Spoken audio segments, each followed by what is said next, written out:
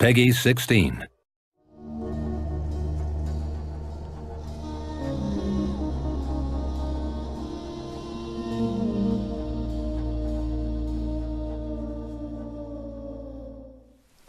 Qu'est-ce qu'on mate ce soir?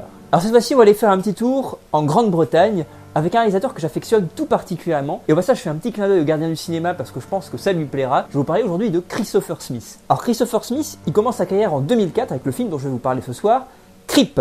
Alors pour vous situer un peu le monsieur, Christopher Smith c'est un fanat de genre, c'est un fan de série B.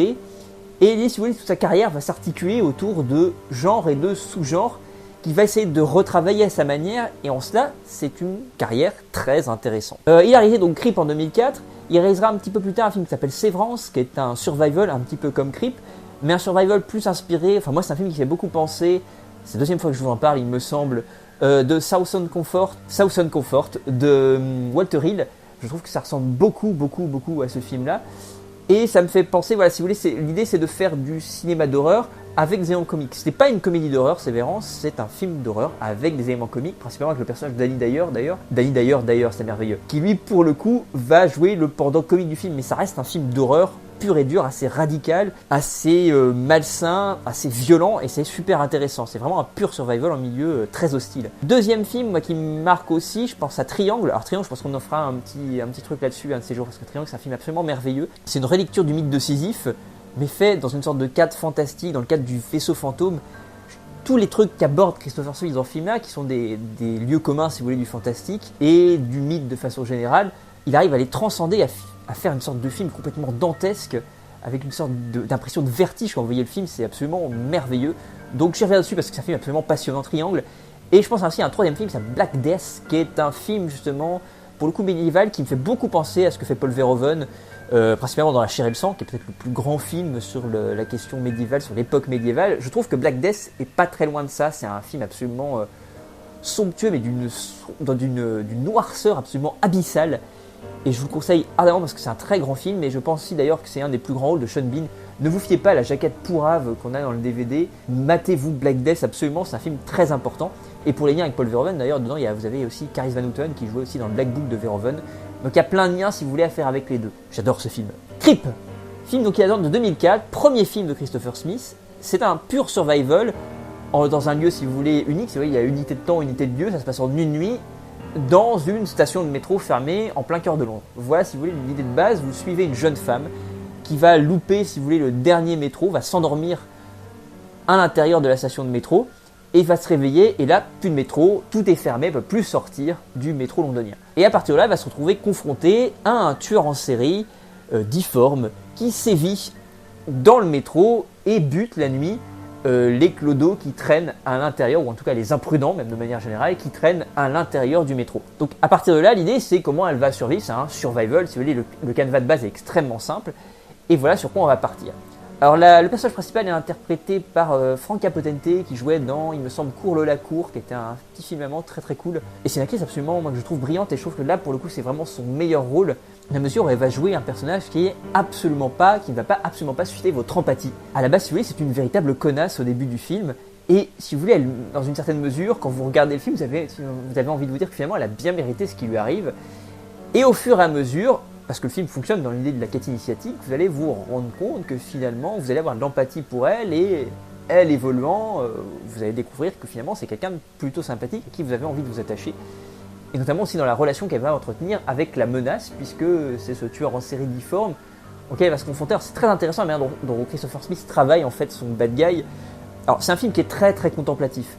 C'est un film que j'aurais tendance parfois à rapprocher du The Descent de Neil Marshall, parce que si vous voulez, il y a la même idée de ce lieu clos, enfermé, dans le noir, dans la pénombre, en tout cas qui va dans une certaine mesure titiller votre peur du noir. Et en même temps, là où chez Neil Marshall, dans The Descent, on a une manière très très brutale, très roublarde, très actionneur de vous présenter ce combat entre des femmes fortes et un groupe de monstres.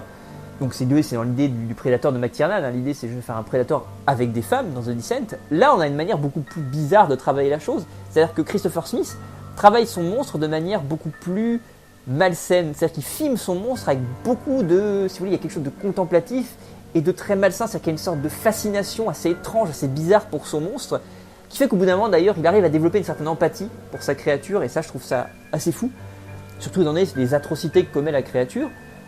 Mais il arrive, si vous voulez, en racontant l'histoire de cette créature de manière assez subtile, c'est-à-dire que vous n'avez pas de flashback, au contraire c'est fait de manière extrêmement intelligente sur le fait de travailler sur le pendant humain de cette créature-là. Il arrive à vous faire ressentir une certaine empathie pour elle. Alors attention, il ne justifie pas ses actes, mais il arrive à expliquer, si vous voulez, la réponse de ce personnage qui est un laissé pour compte à l'exclusion que lui administrait la société et sur la réponse forcément destructrice qu'il va apporter. Donc le film est vraiment intéressant là-dessus. Vous n'allez pas avoir, encore une fois, ce rejet direct, immédiat et, si vous voulez, strict de la créature. Non, au contraire. Vous allez vous balader un petit peu entre les deux, et ça, c'est vraiment intéressant. Si vous voulez, on a tout ce qu'on trouve dans le cinéma anglais, qui est toujours de travailler le genre dans un cadre, si vous voulez, dans un but social, sociologique. On le verra justement sur la chute du film aussi, qui a un renversement des valeurs, et je trouve ça vraiment, vraiment très cool. Donc au-delà de ça, c'est un film qui est absolument passionnant, c'est très très court, mais c'est intense d'un bout à l'autre. Il y a une utilisation du gore que je trouve très intéressante aussi chez Christopher Smith, parce que le film est très très sanglant. Mais Smith travaille son gore de manière, si vous voulez, en conservant toute la brutalité. C'est-à-dire qu'à aucun moment, c'est un film qui va vous faire rire.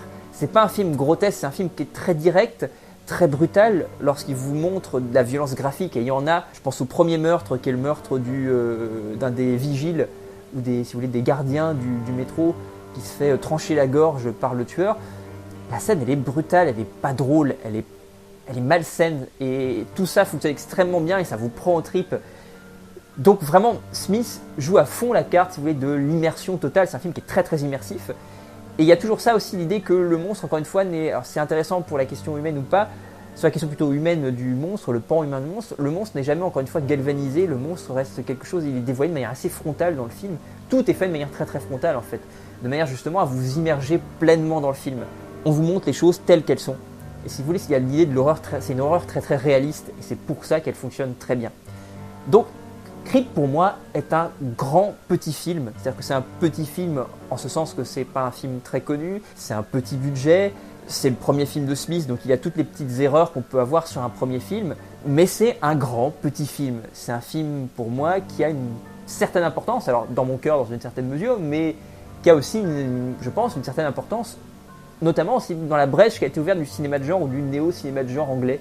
Je trouve que c'est un film qui a une certaine importance. Alors, je pense à des films comme Shaun of the Dead aussi, comme The Descent, qui sont, si vous voulez, des ouvertures un petit peu à droite à gauche au cinéma de genre.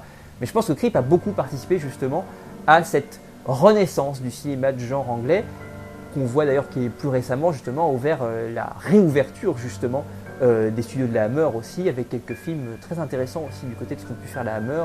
Je pense donc à Adam en Noir par exemple de James Watkins, etc., etc. Vous en avez plein d'autres groupes sur lesquels on reviendra peut-être. Donc je vais vous souhaiter une très très bonne soirée, ça va être cool, Creep c'est vachement bien, c'est méchamment glauque, mais ça fonctionne très très très bien et c'est un film intelligent, jamais gratuit. Voilà, et puis en termes de mise en scène c'est vraiment intéressant, donc je vais vous souhaiter une bonne soirée, je pense que vous allez vous éclater, si vous êtes fan de genre vous allez goûter ça avec encore une fois délice. Salut!